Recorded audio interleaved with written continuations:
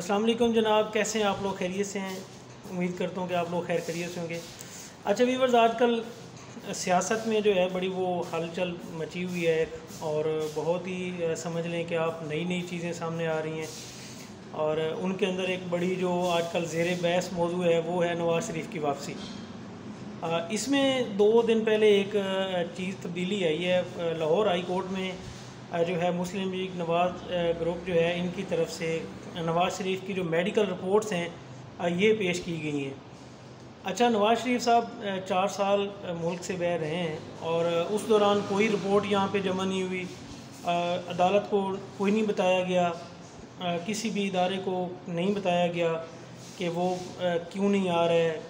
उन्हें क्या मसला है, या जितनी भी ये चीज़ें हैं बिल्कुल भी उन्हें नहीं बताया गया। लेकिन अचानक से एक मतलब कि ये रिपोर्ट्स का जमा होना, इसको कुछ लोग समझ रहे हैं कि ये शायद नवाज़ शरीफ साहब वापसी न आए या उस हवाले की कोई एक कड़ी है। और दूसरी तरफ जो है वो कुछ लोग ये भी समझ रहे हैं कि शायद ये मतलब को कोई सियासी फ़ायदा लेने के लिए है। तो जो मेरा मतलब कि पॉइंट ऑफ व्यू है वो ये है कि ये रिपोर्ट्स जो हैं जो पिछले 4 साल मियां नवाज़ शरीफ साहब ने जो मुल्क से बाहर गुजारे हैं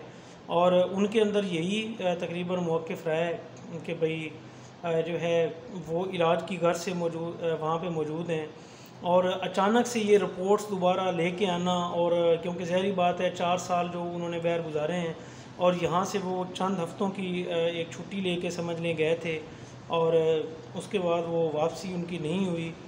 और 4 साल के बाद अब उनको वापसी का ख्याल आया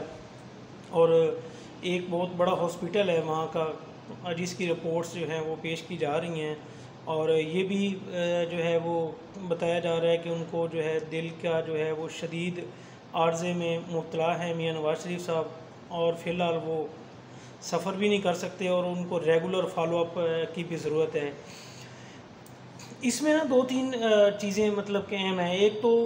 सबसे पहली चीज़ तो ये है कि उन्होंने इसलिए ये सब कुछ किया मुस्लिम लीग नून ने, क्योंकि अब अगर अदालतों ने उन्हें रिलीफ़ देना है या मौजूदा क्योंकि निगरान सेटअप है, अगर उनकी डील तय पा चुकी है और अगर ये रिलीफ़ लेना है तो उसके लिए ये प्रोसेस करना इसलिए ज़रूरी था क्योंकि तकरीबन जितने भी इदारे हैं ज़ाहिरी बात है उन्होंने ये भी तो कहना है कि भाई आवाम को भी तो हमने कुछ बताना है और कुछ ऐसी चीज़ें भी हमें करनी पड़ेंगी कि जिसमें कम से कम आवाम को एतमाद में लिया जाए। तो ये जो सारा जो खेल खेला जा रहा है और ये जो प्रोसीजर है ये उसी रिलीफ़ के चक्कर की एक कड़ी है और ये हाई कोर्ट में अब पेश करना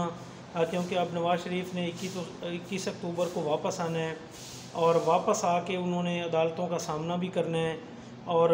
ये एक ख़दशा भी ज़ाहिर किया जा रहा था कि वापसी पे आके उनको गिरफ़्तार भी किया जा सकता है। लेकिन अब ये जो रिपोर्ट्स गई हैं और ये जो चीज़ें हैं इस तरह की,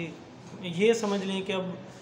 गिरफ़्तारी वाला जो चांस है वो तो तकरीबन अब कम होता नज़र आ रहा है क्योंकि पसे पर्दा जो भी चीज़ें हैं वो तो तकरीबन वो बाद में खुल के सामने आएंगी। लेकिन आवाम को जो कुछ अब बताया जाना है वो यही बताया जाना है कि मेडिकल ग्राउंड के ऊपर जो है वो नवाज़ शरीफ साहब को रिलीफ़ दिया गया है और ये रिलीफ़ जो है बाकी भी केसेस शायद मौजूद होंगे जो आम लोगों को भी मिलता रहे और ये एक मेरिट की बुनियाद बना के इसके ऊपर जो है वो